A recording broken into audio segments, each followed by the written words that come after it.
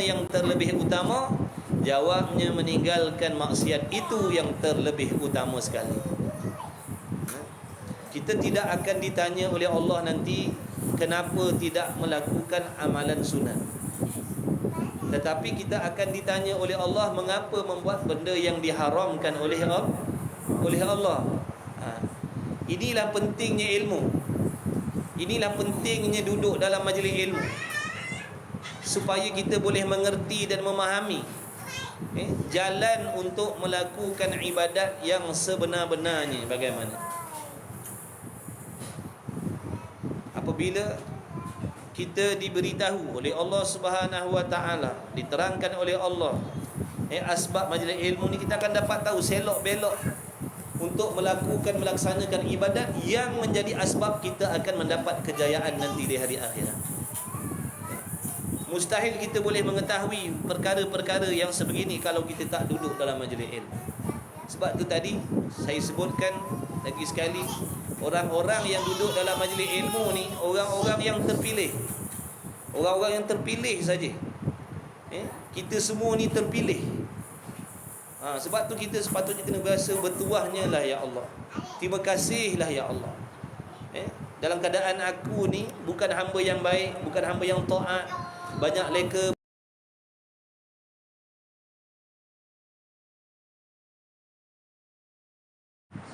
Mengikut sejarah online ni adalah orang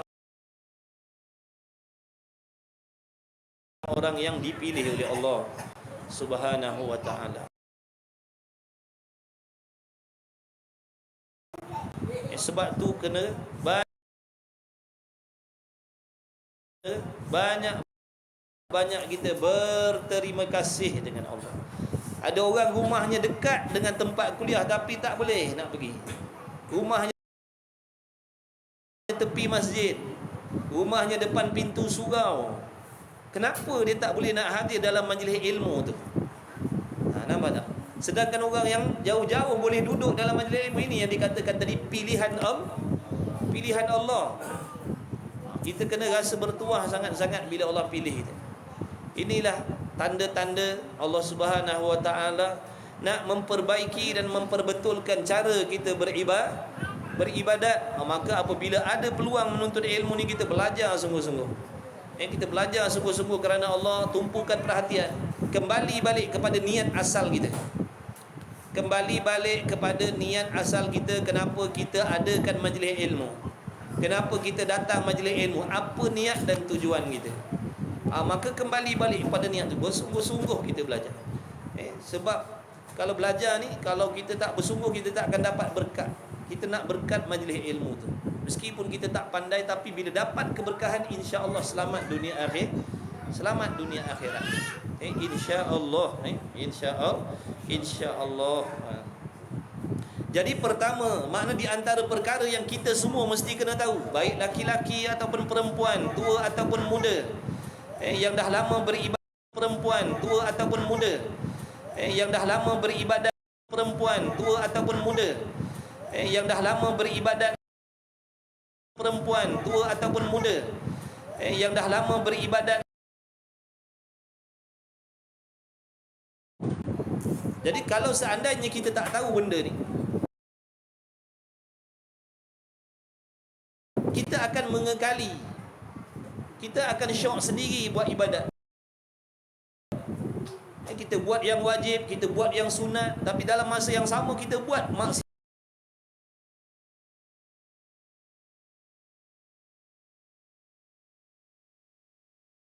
Maksiat yang menjadi asbab pahala kita tu dipadam oleh Allah tanpa kita sedar. Tapi kita merasakan dah selesa. Sebab kita tak tahu dan kita tak sedar yang pahala kita sebenarnya dah pun dibinasakan oleh Allah. Ramai yang tak tahu benda ni. Kerana mereka tak duduk dalam majlis yang seperti yang kita duduk sekarang. Mana mungkin nak dibicarakan benda-benda macam ni di kedai-kedai kopi. Mustahil. Benda ni hanya diceritakan dalam majlis ilmu saja. Sebab tu rezeki sangat-sangat. Walaupun dalam masa 4 40 minit, 45 minit, tapi apa yang Allah Ta'ala nak bagi tahu pada kita ni memberi kesan yang baik untuk akhirat kita. Daripada kita berseronok buat ibadat pagi petang siang malam, pagi petang siang malam, dalam keadaan kita tak tahu benda yang merosakkan amalan kita. Bukankah nanti kita akan menyesal apabila nanti kita dapat keputusan amal ibadat kita tak diterima oleh Allah? Bukankah kita menyesal besok? Dah mati baru kita tahu rupanya tak ada pahala yang kita bawa balik, dengan sebab ada benda penting yang kita tak tahu waktu kita hidup atas dunia dulu. Mujur Allah bagi tahu kita. Mujur Allah bagi tahu. Mujur Allah tak cabut lagi nyawa kita hari ni. Boleh lagi kita belajar. Boleh lagi kita belajar. Ni adik-adik ni, jangan tinggal majlis ilmu. Dah berjaya macam mana pun besok atas dunia ni, jangan tinggal majlis ilmu. Jangan. Tu wasiat. Pergilah kat mana pun jangan tinggal. Tak boleh pisahkan diri kita dengan ilmu. Sebab ilmu tu, dalam majlis ilmu tu ada hidayah daripada Allah. Kalau kita tinggalkan majlis ilmu, makna kita lari daripada petunjuk Allah. Siapa lagi nak menunjukkan jalan akhirat kalau selain daripada Allah? Adakah yang Maha berkuasa nak memberi petunjuk kepada kita jalan yang selamat kepada akhirat? Tak ada dah, melainkan Allah saja. Baik, jadi semua kita kena tahu tu. Kalau kita tak belajar, kita tertipu dengan nafsu kita.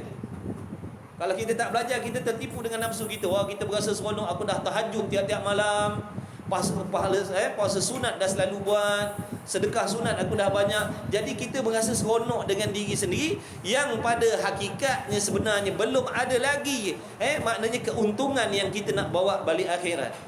Cuma kita ditipu oleh perasaan sendiri, ditipu oleh perasaan sendiri. Was-was yang ditiupkan oleh syaitan di dalam hati kita, memuji diri kita yang sebenarnya belum ada lagi apa-apa pun bekalan akhirat. Dengan sebab kita tak ada pengetahuan. Sebab tu syaitan sangat gemar dengan orang yang tak nak menuntut ilmu, kerana mudah untuk ditipu.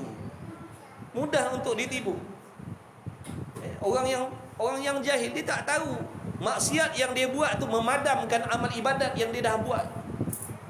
Jadi dapat penat, dapat letih, habis duit, habis harta beribadat, akhirnya rupa-rupa je tak dapat apa pun. Habis harta beribadat, akhirnya rupa-rupa je tak dapat apa pun. Habis harta beribadat, akhirnya rupa-rupa je tak dapat apa pun. Habis harta beribadat, akhirnya rupa-rupa je tak dapat apa pun. Habis harta beribadat, akhirnya rupa-rupa je tak dapat apa pun.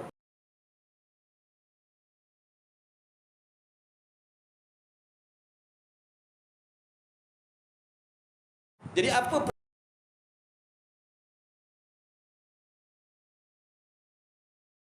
persiapan kita?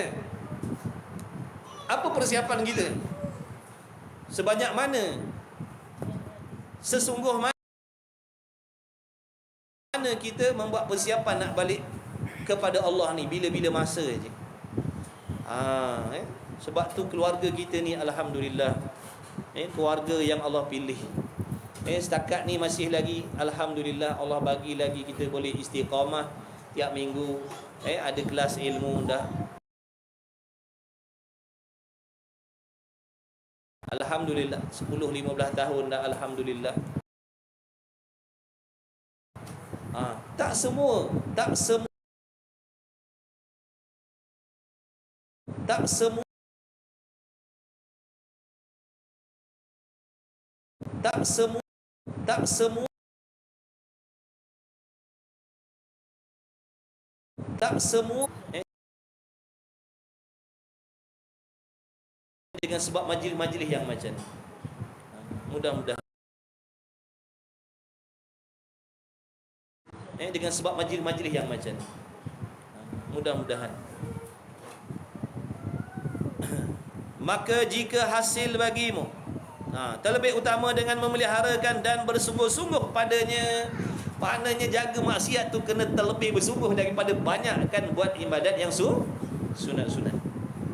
Kadang kita sanggup berlawan nafsu nak bangun malam. Bukan senang nak bangun malam tu.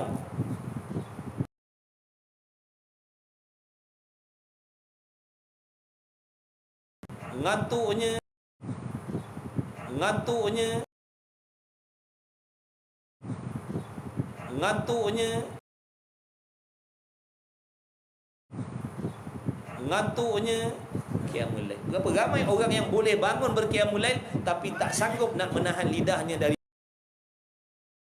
daripada mengumpat. Payah nak tahan lidah ni. Padahal malam tadi dia boleh bangun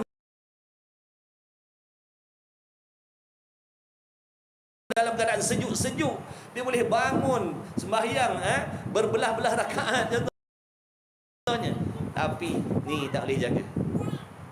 Mana lagi berat sebenarnya meninggalkan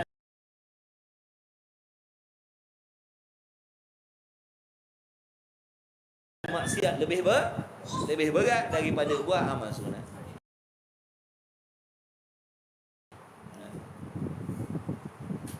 Maka jika hasil bagimu bagi keduanya sekalian, maka jika hasil bagimu bagi keduanya sekalian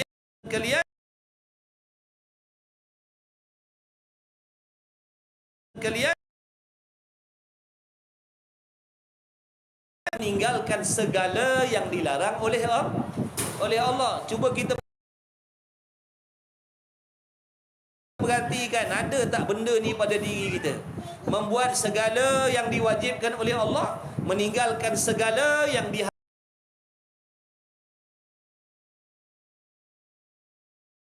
oleh Allah. Kita renung-renung diri kita masing-masing. Dah duduk belum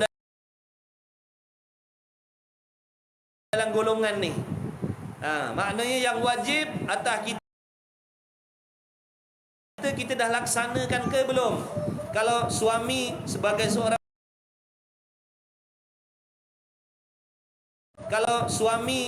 seorang suami contohnya, kewajipan dia terhadap Allah dia dah tunaikan ke belum? Dengan semayangnya, dengan puasanya contoh, dengan zakatnya, dengan hajinya contoh, ataupun kewajipan yang Allah pikulkan ke atas dia sebagai seorang suami, memberi nafkah kepada anak bini dia, nafkah yang bangsa duniawiyah, rumah, pakaian, tempat tinggal. Dah bagi belum agama? Dah didik belum agama pada isteri dan anak-anak kita, iaitu ilmu fardu ain kita dah ajar ke belum? Kita semak. Waktu hidup ni lah semak. Dah buat belum? Ni Allah wajibkan atas diri aku dah buat belum? Yang ni dah buat belum? Yang ni dah buat. Kena muhasabah diri kita. Kena semak, kena cek apa lagi kewajipan yang Allah wajibkan atas diri kita yang kita belum buat lagi. Baik, seandainya dah buat, tengok pula maksiat. Dah tinggalkan ke belum maksiat-maksiat ni? Kena semak, kena cek, tengok. Sebab tu ada masa kita ni perlu merenung-renung, berfikir. Jangan semata-mata bersibuk beribadat pagi, petang, siang, malam tanpa berfikir. Jadi berfikir tu sebahagian daripada ibadat. Kadang-kadang kita fikir tak lama, 15 minit je kita duk mikir-mikir, setengah jam kita duk mikir, 1 jam kita duk mikir-mikir tentang ibadat, tentang iman, tentang ibadat, tentang iman dan sebagainya, tentang akhirat ni, menjadi asbab masa depan kita berubah menjadi yang lebih baik. Padahal dia fikir sejam je, tapi dalam sejam yang dia fikir tadi ataupun dalam beberapa minit yang dia fikir tadi, menjadi asbab amalannya semakin baik di sisi Allah dan diterima oleh Allah. Itu pentingnya berfikir dalam ibadat.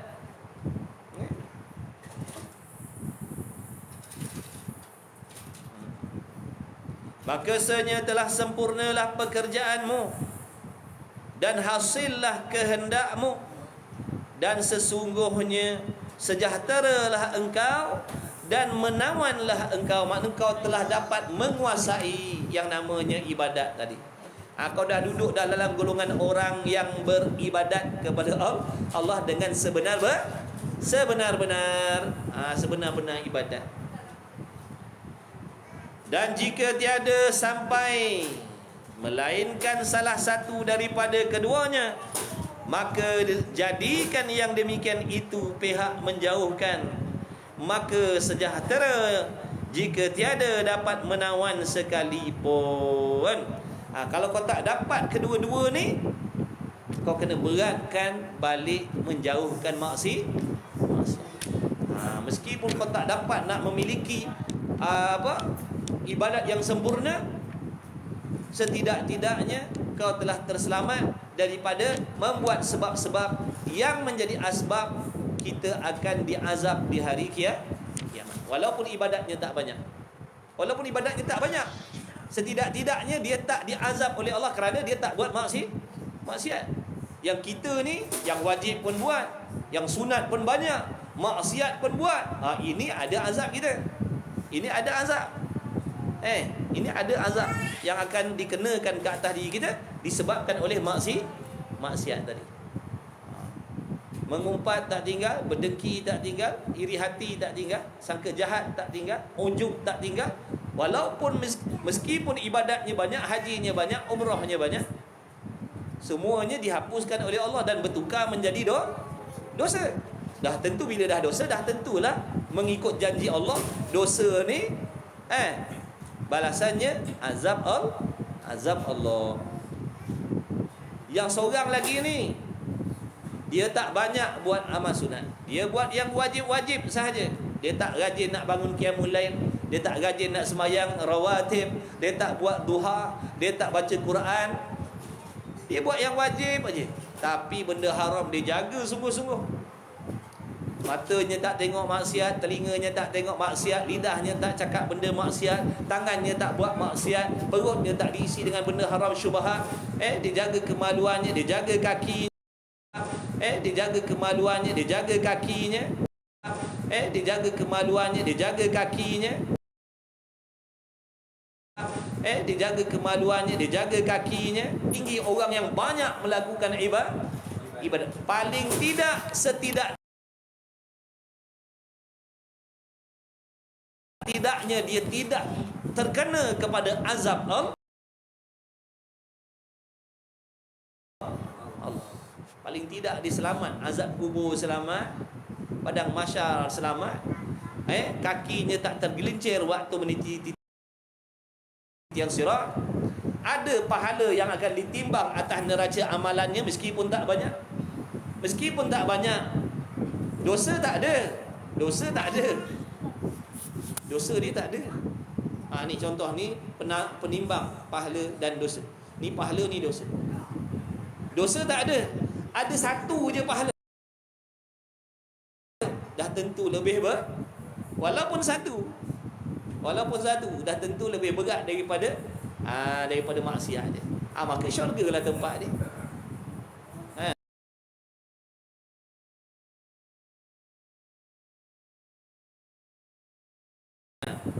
Sebab tu hendaklah kita sedar, hendaklah kita faham betul-betul, hendaklah kita ingat selalu meninggalkan maksiat itu terlebih utama lagi, terlebih penting lagi daripada nak bersibuk-sibuk membuat yang sunat-sunat dalam keadaan tidak meninggalkan yang diharamkan oleh Allah.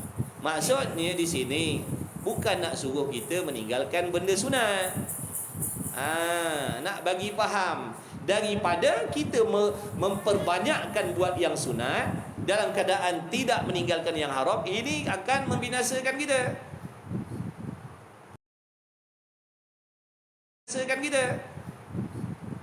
Oleh yang demikian, meninggalkan yang haram itu lebih utama bagi diri kita daripada bangun berqiyamul lail.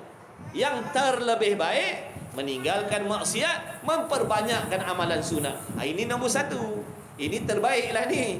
Maksiat pun dia tak buat, amalan sunat pula banyak. Ini terbaik. Untuk kita orang awam ni, jangan tertipu dengan nafsu, berseronok nak buat amalan sunat macam-macam, tapi tak meninggalkan maksiat kita tu. Kita ni masih lagi ditipu. amal Allah terima. Kita berasa amalan kita Allah terima, rupanya dah lama tak ada dah pahala amal. Na'udzubillah min zalik. Di antara maksiat apa? Maksiat hati. Memiliki akidah yang sesat. Memiliki akidah yang sesat tu maksiat yang paling besar sekali. Pahaman dalam hati dia tu pahaman yang salah. Dia semayang, dia puasa, dia pergi haji, dia pergi umrah dalam keadaan memiliki akidah yang sah. Apa jadi dengan haji-haji kita tu? Apa yang jadi dengan umrah-umrah kita tu? Tak jadi apa? Kerana Allah tidak akan menerima amal ibadat yang dilakukan oleh orang yang tidak beriman. Maknanya memastikan akidah ni betul ni adalah salah satu daripada perkara yang sangat penting dalam kita melakukan ibadat. Banyak orang beribadat tapi tak peduli tentang akidah. Tak nak mengaji ilmu akidah. Tak peduli nak ambil tahu tentang akidah yang betul yang salah bagaimana. Hanya bersibuk beribadat. Ramai orang yang pergi haji umrah tu tak nak mengaji akidah. Macam mana tu? Nampak tak permainan syaitan dan nafsu tadi? Melekakan kita dengan suatu ibadat supaya kita terleka dan meninggalkan benda yang sangat penting. Kemudian dibisikkan pula dalam hati kita, kau dah bagus, amalan kau dah banyak, haji kau dah buat, umrah kau dah buat. Dipuji-puji pula kita. Kita pun berasa selesa dengan puji-pujian tu. Rupa-rupanya tak ada apa lagi pada diri kita. Allah, malangnya kasihannya, malangnya kasihannya, dan nanti betapa menyesalnya. Kata ulama, di antara golongan yang menyesal di hari kiamat besok adalah orang-orang yang Allah beri kesempatan hidup atas dunia tapi dia sombong tak nak menuntut ilmu. Ini golongan yang menyesal di hari kiamat besok. Kerana amalannya semua tak laku. Amalannya semua tak laku.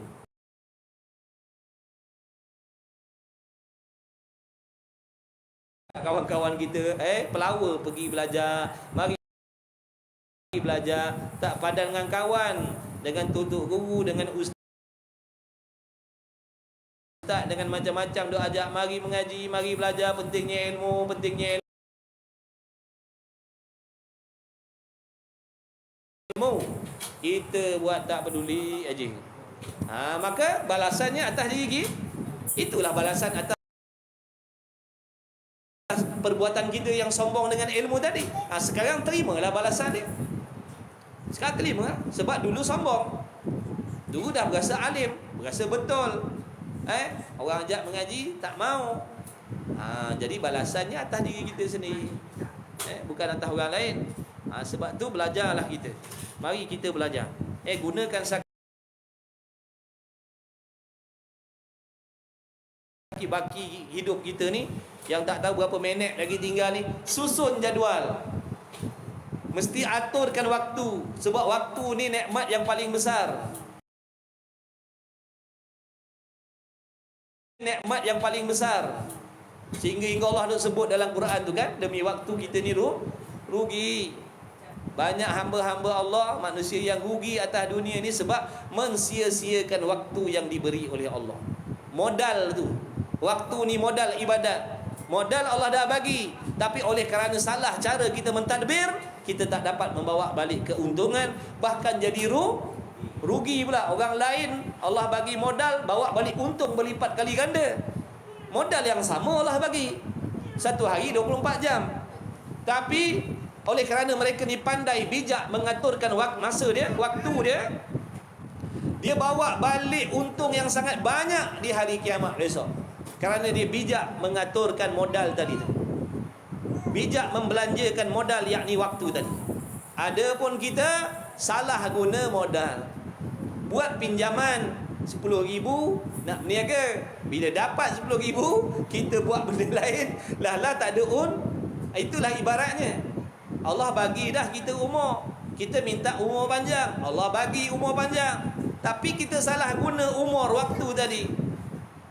Maka apa yang kita dapat bukan keuntungan, bahkan kerugian. Jadi kita fikir-fikir, renung-renung betul ke tidak. Orang lain sama Allah bagi 24 jam dengan kita. Tak ada seorang pun Allah bagi dia lebih seminit. Lebih sesaat. Dah, sama je. Tapi kenapa dia banyak untung? Sebab dia pandai gunakan modal. Kita tak pandai. Kita membazir dengan modal yang Allah dah bagi tadi. Kita tak gunakan untuk perniagaan akhirat. Bahkan kita gunakan untuk dunia. Habis menyesal kita. Allah bagi 40 tahun rugi. Yang Allah bagi 50 tahun pun muflis juga hari kiamat besok. Ada yang Allah bagi 70 tahun pun balik dalam keadaan rugi juga. Ada yang Allah Ta'ala bagi bagi umurnya 80 tahun, 90 tahun, balik akhirat dalam keadaan muflis juga, bawa dosa, na'udzubillah min zalik. Tak ada pun keuntungan yang dibawa walaupun satu. Kenapa tadi? Salah menggunakan modal. Dia tak uruskan modal dia dengan baik. Jadi kita sekarang ni uruskan modal kita ni. Uruskan modal kita. Waktu ni, ada masa dengan keluarga, ada masa cari rezeki, ada masa cari ilmu. Uruskan masa betul-betul.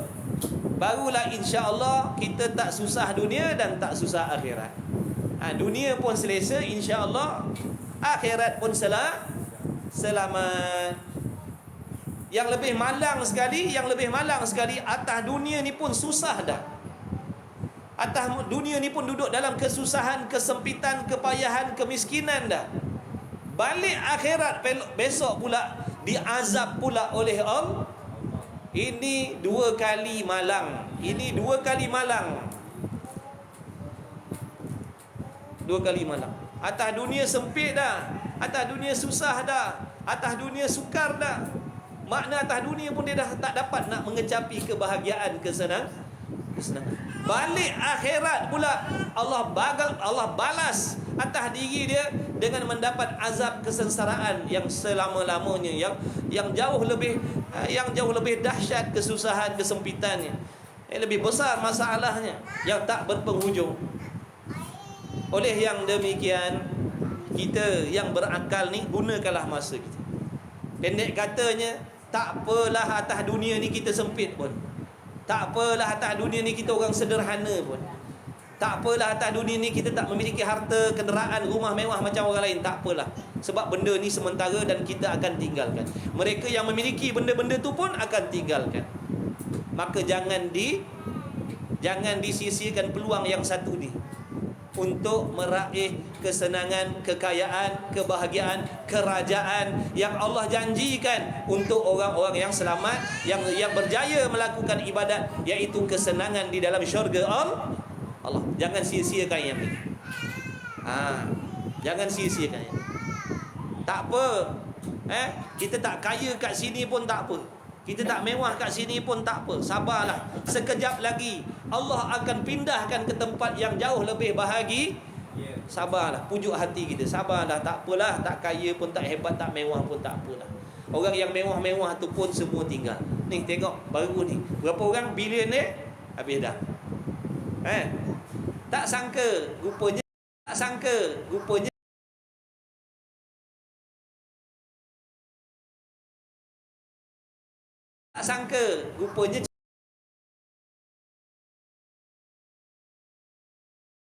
dapat bawa akhirat, tak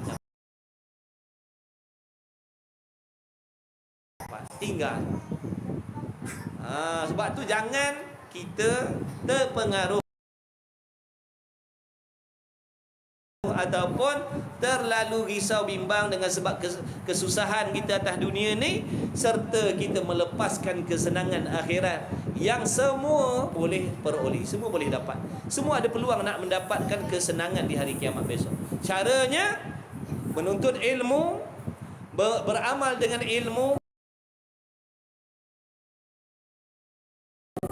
bersihkan hati, jaga akidah kita, dengar pesan-pesan ulama tadi tu, uruskan masa kita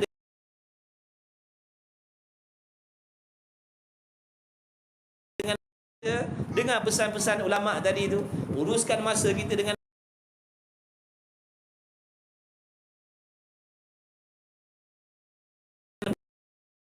mati sahaja yang memisahkan di antara orang soleh, orang solehah,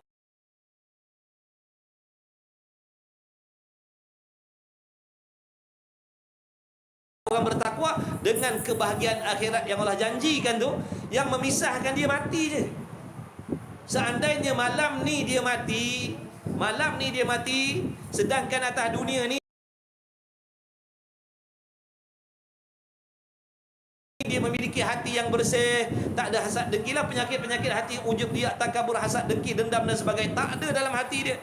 Kemudian dia menjauhkan diri dia daripada pelbagai jenis maksiat, dia jauhkan maksiat. Dia buat ibadat maksiat, dia jauhkan maksiat. Dia buat ibadat maksiat, dia jauhkan maksiat. Dia buat ibadat mengecapi kesenangan-kesenangan yang dijanjikan oleh Allah. Tak payah tunggu dalam syurga. Yang dalam syurga itu yang lebih dahsyat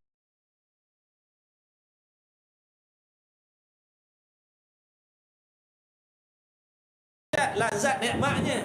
Sebelum sampai syurga tu, Allah dah layan dah, dia beri nikmat yang hebat-hebat sementara nak menunggu syurga yang sebenar benar. Begitulah juga sebaliknya. Orang yang ahli maksiat, orang syirik, orang kufur, orang munafik, yang memisahkan mereka dengan apa yang dijanjikan oleh Allah daripada pelbagai jenis azab siksaan yang sangat dahsyat itu, yang memisahkan di antara mereka dengan azab itu juga mati.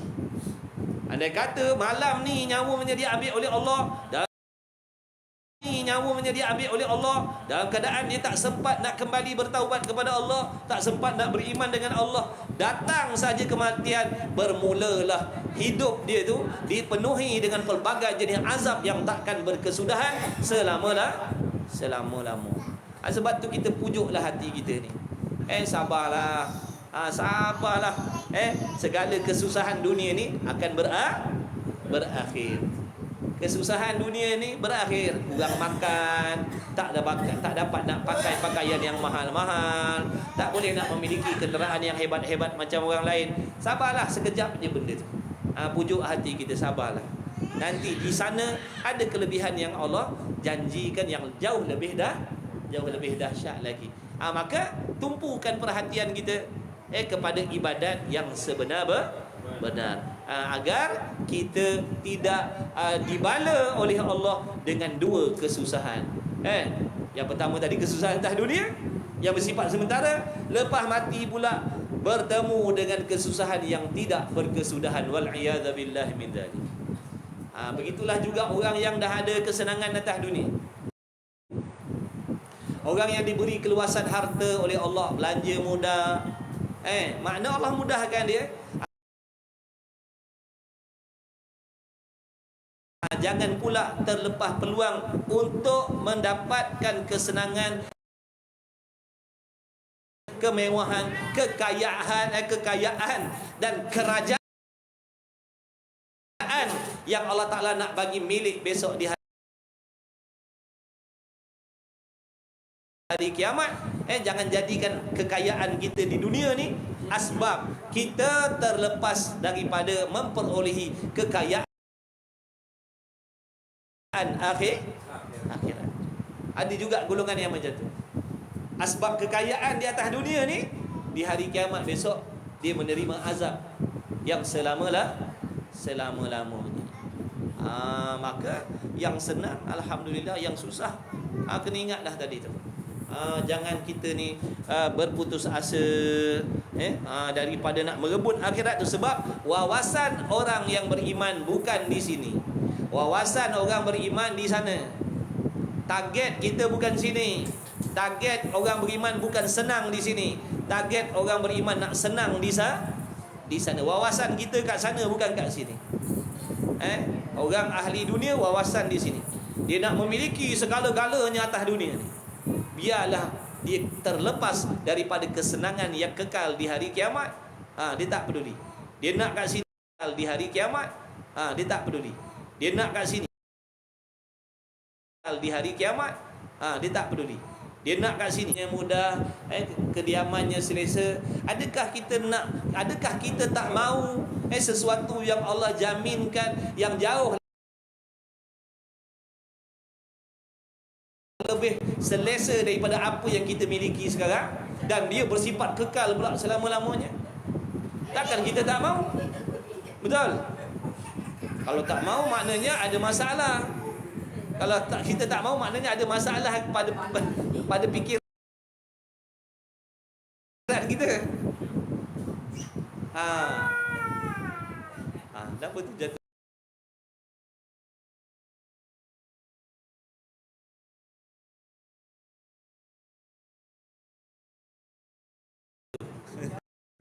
Kenapa tu jatuh?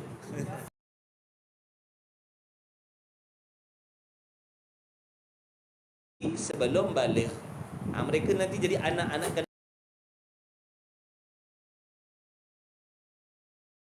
syurga. Jadi dalam syurga tu nanti ada budak-budak juga. Dia menjadi khadam.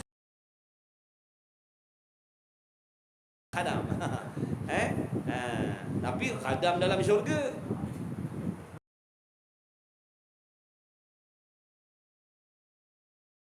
Jangan main-main. Khadam dalam syurga. Kita pun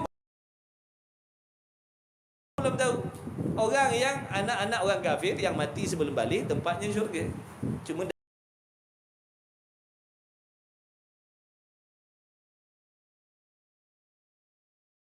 darjatnya tak tinggi.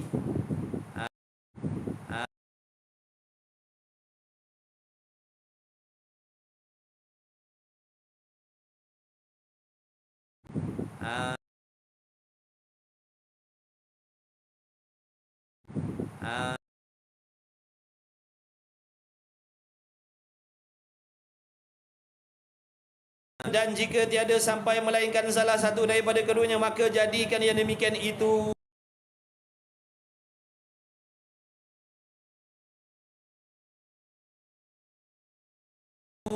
pihak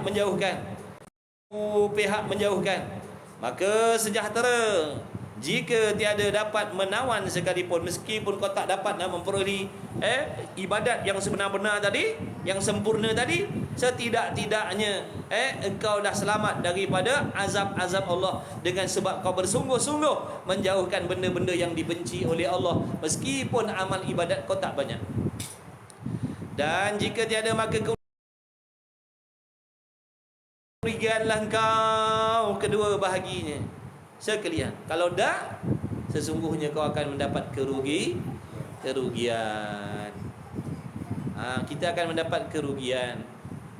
Sama ke kerugian dunia dengan akhirat ni? Tak sama. Kerugian di hari kiamat tu maknanya azab. Kerugian di hari kiamat tu maknanya azab. Bukan macam rugi berniaga atas dunia ni. Atas dunia ni rugi berniaga tak apalah, rugi-rugi pun boleh tak makan-makan, rehat-rehat, lepak-lepak, berhenti berniaga buat kerja lain. Tak apa. Ini rugi akhirat maknanya azab Allah yang menanti. Bukan kata rugi tu besok, tak apalah rugi-rugi, pahala tak banyak tapi masuk juga syurga. Dosa tu. Dosa tu mewajibkan neraka Allah. Itu janji Allah. Allah tak mungkin janji. Dan tiada memberi manfaat akan dikau berdiri semalam-malam. Kata Imam Ghazali, sedikit pun kau tak dapat mengambil faedah daripada qiyamul lail yang kau buat sepanjang-panjang waktu dalam hidup kau dulu. Sikit pun kau tak akan dapat faedah daripada qiyamul lail yang kau buat, dengan sebab kau tidak menjauhkan benda yang dibenci oleh Allah. Maka wahai orang-orang yang beribadat, hendaklah kita tahu ini satu peringatan yang sangat penting. Jangan leka, berseronok, lalai pahala qiyamul lail, pahala qiyamul lail, pahala zakat, pahala wakaf, pahala apa lagi? Kena sayang tu, sebab bukan senang nak buat. Korban waktu, kadang korban duit, korban macam-macam lagi. Tiba-tiba dapat azab pula dah. Allah malangnya lah. Orang lain buat macam tu dapat syurga besok, kita buat macam tu dapat azab pula dah. Kenapa? Cara buatnya salah dan tidak menjauhi pantang-pantang larang dalam ibadat. Orang lain beribadat dan berpantang, kita beribadat tidak berpantang. Kita ada sakit, makan ubat mahal-mahal, tapi pantang tak jaga. Ada tak peluang nak sembuh? Tak sembuh. Orang yang cepat sembuh tu, dia makan ubat serta jaga pantang, barulah dia sihat. Kita nak sembuh, makan ubat mahal-mahal, tapi pantang tolak. Pantang tolak, pantang tak. Pantang jumpa. Mana nak sembuh? Itu perumpamaan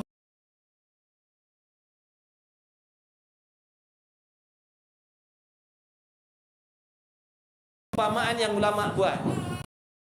Itu perumpamaan yang ulama buat. Mudah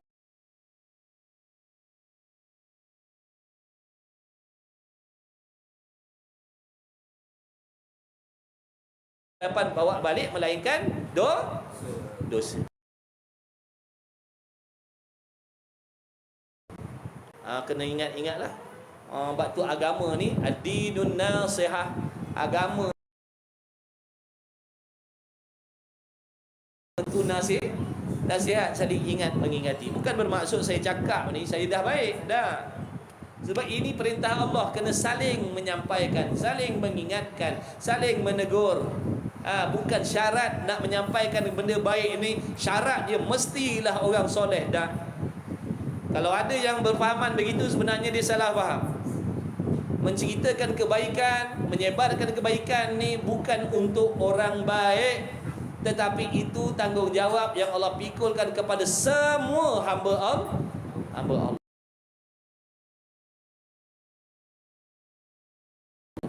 Kita semua kena pakat membantu agama kita. Meskipun kita ahli maksiat, kena bantu agama kita, kena sampaikan benda yang baik-baik. Kena pakat-pakat kongsi apa benda yang Rasul ajarkan, supaya semuanya boleh mendapat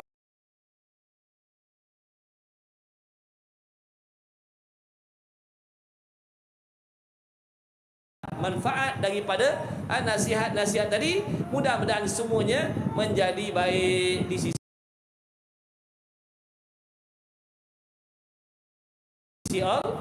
Allah. Kalau nak cari yang macam Nabi baru layak nak mencerita pasal agama, tak jumpa dah lah. Mana nak cari, tak ada Rasul dah. Yang nama manusia mestilah ada buat silap. Jadi bukan menjadi syarat nak menyampaikan ilmu agama ni, nak menyampaikan nasihat-nasihat ni, nak mengajak kepada kebaikan ni, syaratnya mestilah orang itu orang soleh, baru boleh cerita benda baik. Kalau selagi cerita benda baik, kalau selagi kau buat maksiat,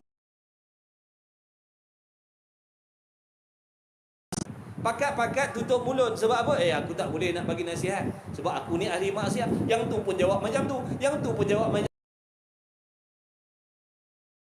Dan tu dah sampai bila? Takkan tersebarlah kebaikan.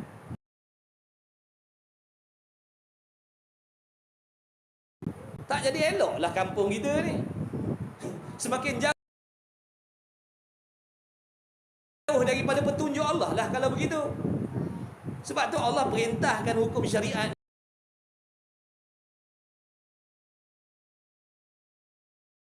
ini bukan ikut kepala otak kita. Kalau nak ikut kepala otak kita macam tadilah, dah masing-masing jahat, apa faedah nak ingatkan benda baik? Kalau nak sampai benda baik ni, kenalah dia orang soleh barulah. Allah perintah tu bukan ikut akal kita lah, bukan ikut hukum akal kita. Kalau ikut hukum akal kita, mesti dia ni tahap mufti baru boleh bagi nasihat. Sampaikanlah apa yang kita tahu, asalkan benda tu betul, bukan benda tak betul. Benda tu benar, benda tu benda beragama, kongsikanlah.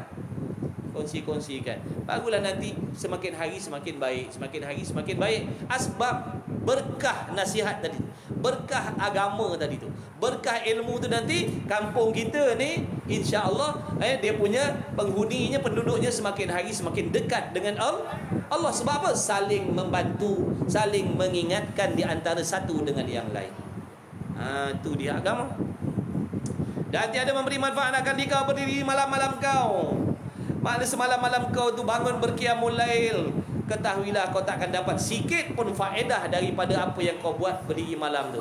Selagi kau tak tahan lidah kau daripada mengumpat, kau tak akan dapat apa. Selagi kau tak bersihkan hati yang suka berdengki, kau tak akan dapat. Jangan kata berqiyamul lail, pahala haji pun jauh segar. Oh, haji jangan buat main. Berapa duit yang kena keluar? Berapa haji? Berapa ilmu? 10? 10 sebelah macam tu lah.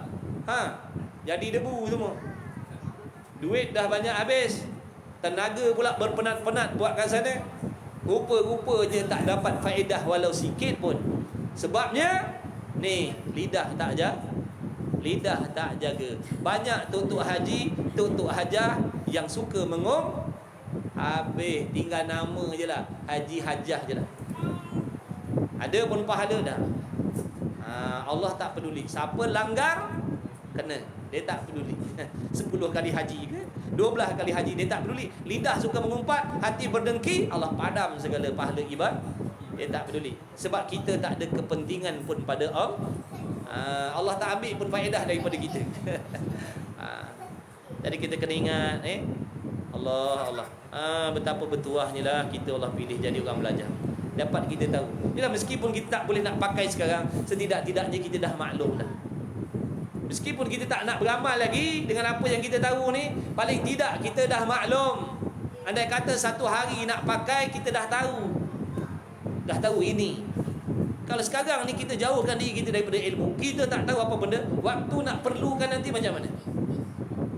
Ibaratnya begini, waktu kita sihat, kita tak nak belajar cara nak tayammum untuk banyak air sebelah rumah sungai.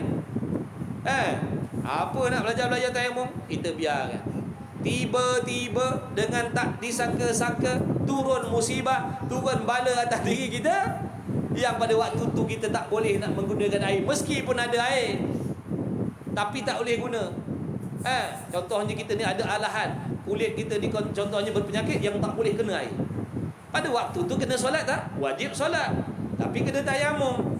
Macam mana nak tayamum pada waktu tu, sedangkan waktu kita sihat dulu kita sombong tak nak belajar. Sebab tu ilmu ni belajar je. Boleh jadi hari ni kita tak gunakan, masa akan datang apa yang kita belajar malam ni berguna. Sebab tu semua mari kita belajar, mari kita mengaji. Mudah-mudahan insya-Allah.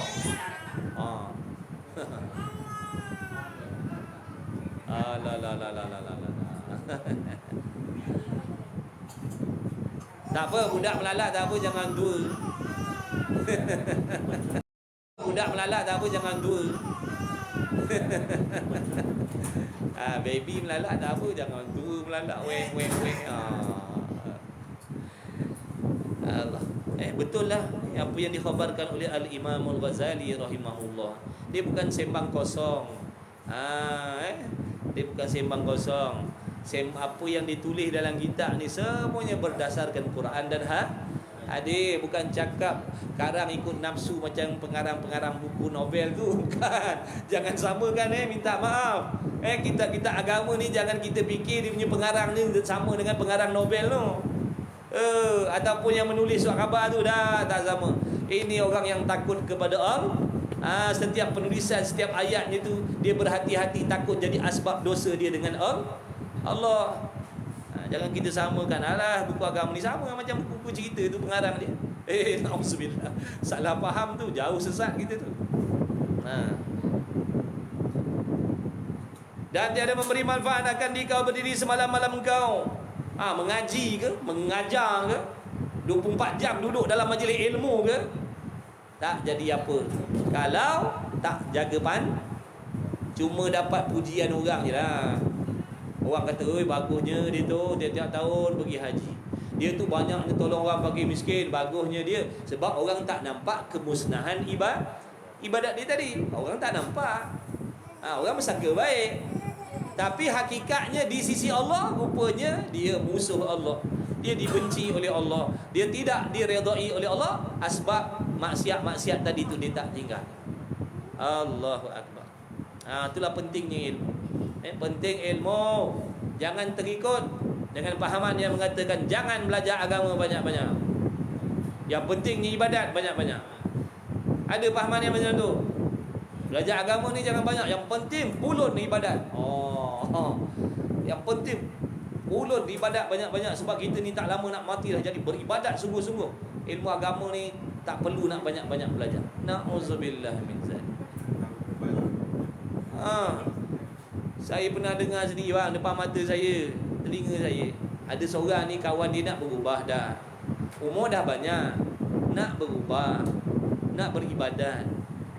Tiba-tiba kawan dia yang seorang ni dia kata, aku rasa aku nak pergi pondok lah. Aku nak pergi belajar agama, aku nak pergi mengaji. Yang seorang ni dia kata apa? Jangan, tak perlu, tak payah nak pergi pondok tu. Beribadat. Subhanallah. Tengok, kalau cikgunya sesat, dia akan didik anak murid jadi sesat lah. Dah betul lah tu orang tu kata dia nak berubah, dah nak hijrah, perlukan belajar. Dia kata apa? Tak payah pergi duduk pondok tu mengaji, beribadat je. Kita kena jaga semayang betul-betul. Masya Allah, tabarakallah. Inna lillahi wa inna ilaihi raji'un. Dia memang tak tahulah, dia baru nak berubah, dia baru nak dekatkan diri dengan agama. Tiba-tiba datang seorang, dia kata tak perlu nak pergi belajar. La ilaha illallah. Orang-orang macam ni bahaya ni. Kesian, kawan nak hijrah dah, bila dapat tok guru sesat macam tu, 2 kali 5 kong kali kong kongkang. Nanya kawan tu, kawan nak berubah, dapat pula tok guru menyesatkan. Innalillahi wa inna. Tak sampai maksud juga kawan tu.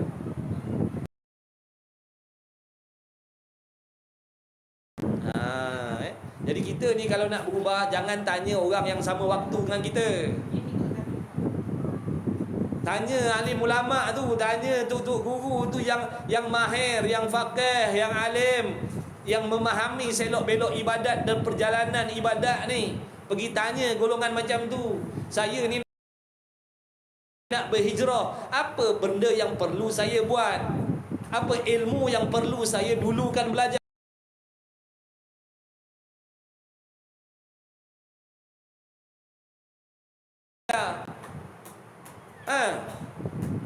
Ini tanya orang yang sama waktu dengan kita.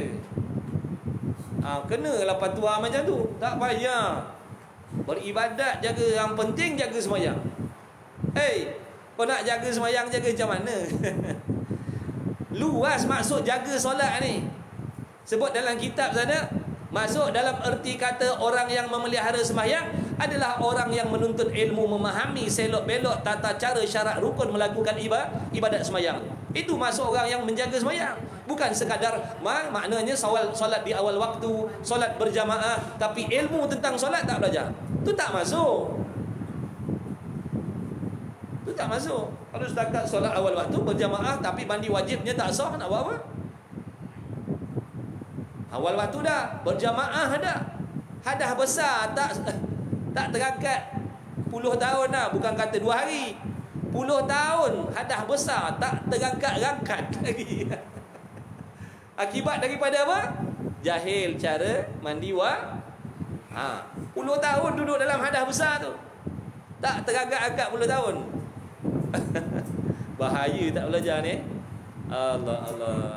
Tapi Tuhan punya badan syok sendiri. Pergi masjid, iktikaf dalam masjid, baca Quran, pegang Quran, tanggung Quran dalam keadaan dia masih berhadah ya karim. Makin banyak dosa yang dia buat. Makin banyak dosa lah yang dia buat. Kalau dalam keadaan hadah besar, duduk baca Quran, tanggung Quran, duduk iktikaf dalam masjid, bukankah benda tu haram hukum dia?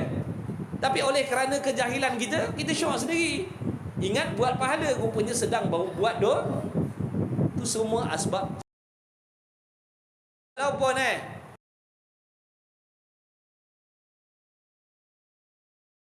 satu hari Allah bagi 24 jam, kita ambil 1 jam je duduk dalam majlis ilmu, kira dia orang yang seimbang dunia akhirat dah tu. Kalau nak ikut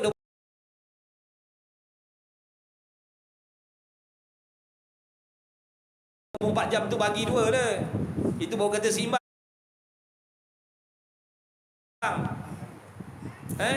Tak perlu 24 jam ni bagi 2 baru kata seimbang dunia akhirat. Tak perlu. Untuk kita orang awam ni, satu hari Allah Ta'ala bagi 24 jam, ambil 1 jam duduk dalam majlis ilmu yang wajib pun dah dikira orang ni adalah orang yang membuat keseimbangan amalan dunia dan akhirat. Satu minggu 168 jam, ambil 4 jam je belajar fardu ain, dah dikira orang yang seimbang dah. Makna dunia dan akhiratnya. Tak perlu nak bagi 2 masa. Nampak tak? Belajarlah. Allah sayang. Nanti amalan kita Allah terima. Kita juga yang untung, selamat daripada azab Allah. Allah bagi balasan syurga. Dalam tu yang kata rumah batu macam ni, dah dalam syurga tu dia punya mahligai bukan batu ni, batu permata. Tempat tinggal yang Allah siapkan untuk kekasih-kekasih Allah yang nak duduk dalam syurga tu, tempat tinggalnya ni bukan bahan binaannya daripada pasir, daripada simen, dah duduk dalam batu permata. Faham tak? Duduk dalam batu permata. Kita kat dunia ni paling hebat pun sarung batu permata je, bukan duduk dalam batu permata. Ni dak mahligai istana yang Allah bagi kepada kekasih-kekasih Allah dalam syurga besok. Dia punya mahligainya tu daripada batu permata, intan, berlian, emas, perak.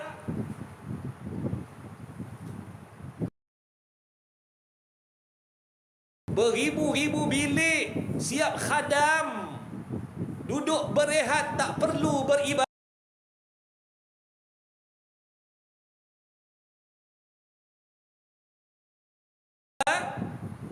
Duduklah selama-lamanya, sepuas-puasnya.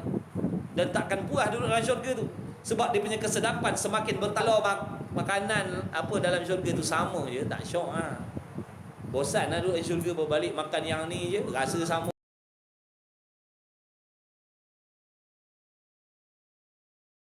je.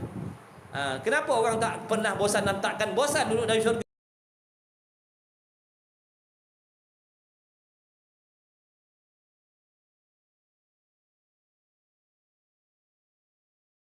Syurga itu selama-lama, sebab nikmatnya sentiasa ditukar-tukar oleh Allah.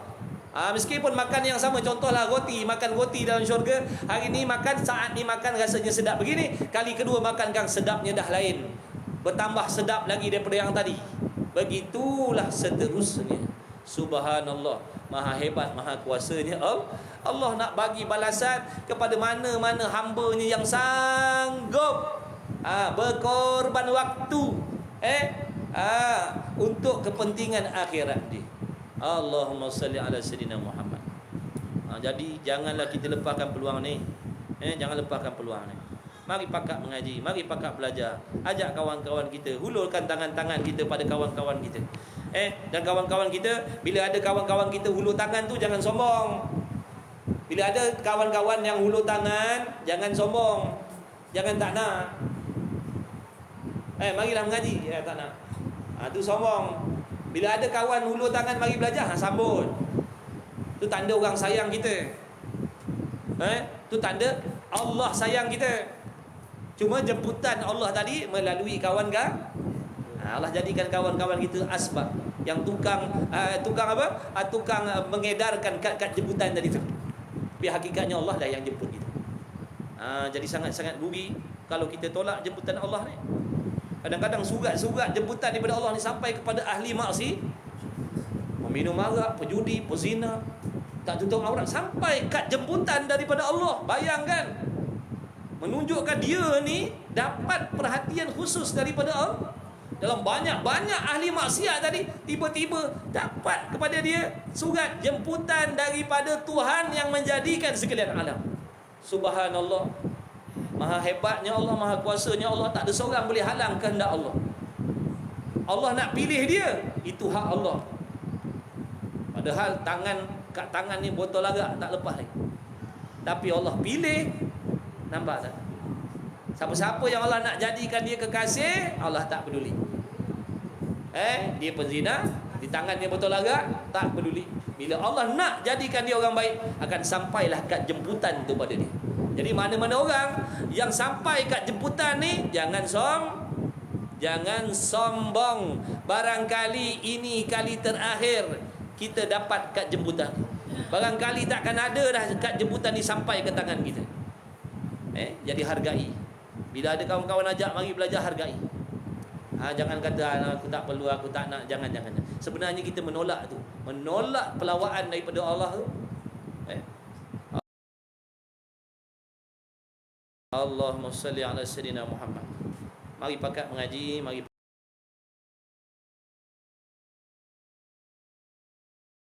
pakat belajar. Sebab kita ni semua nak balik akhirat. Kalau tak, rugilah kita. Dan tiada memberi manfaat akan dikabari di malam engkau penatkan dia, kemudian dirobohnya dengan kehendak yang satu tadi.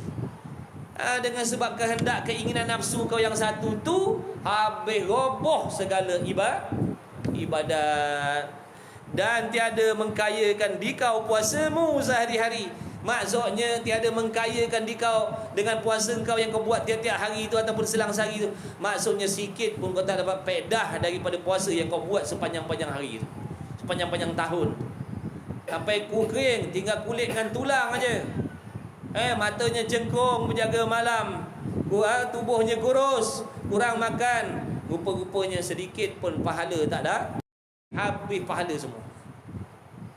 Silap-silap salah cakap jadi asbab kekal dalam neraka, takkan keluar sampai bila bahaya lidah ni. Walaupun dia lembut begitu, tapi bahayanya sampai ke akhirat lah. Jadi waspadalah. Orang yang ada ilmu, dia akan tahu jaga nak jaga lidah. Tahu cara nak jaga lidah dia. Bila dia ada ilmu. Sebab tu belajarlah. Belajarlah. Atur masa kita dengan baik. Insya-Allah pasti kita akan Allah selamatkan dunia dan akhirat. Wallahu subhanahu wa ta'ala a'lam wa ilmuhu wa atam. Jadilah mudah-mudahan Allah memberikan kepada kita ilmu yang bermanfaat, kefahaman yang sempurna. Mudah-mudahan Allah bagi taufik untuk kita beramal dengan segala jenis ilmu yang diberi oleh Allah Subhanahu wa ta'ala. Jadi salah silap, kekurangan, saya minta ampun, maaf banyak-banyak. La haula wala quwata illa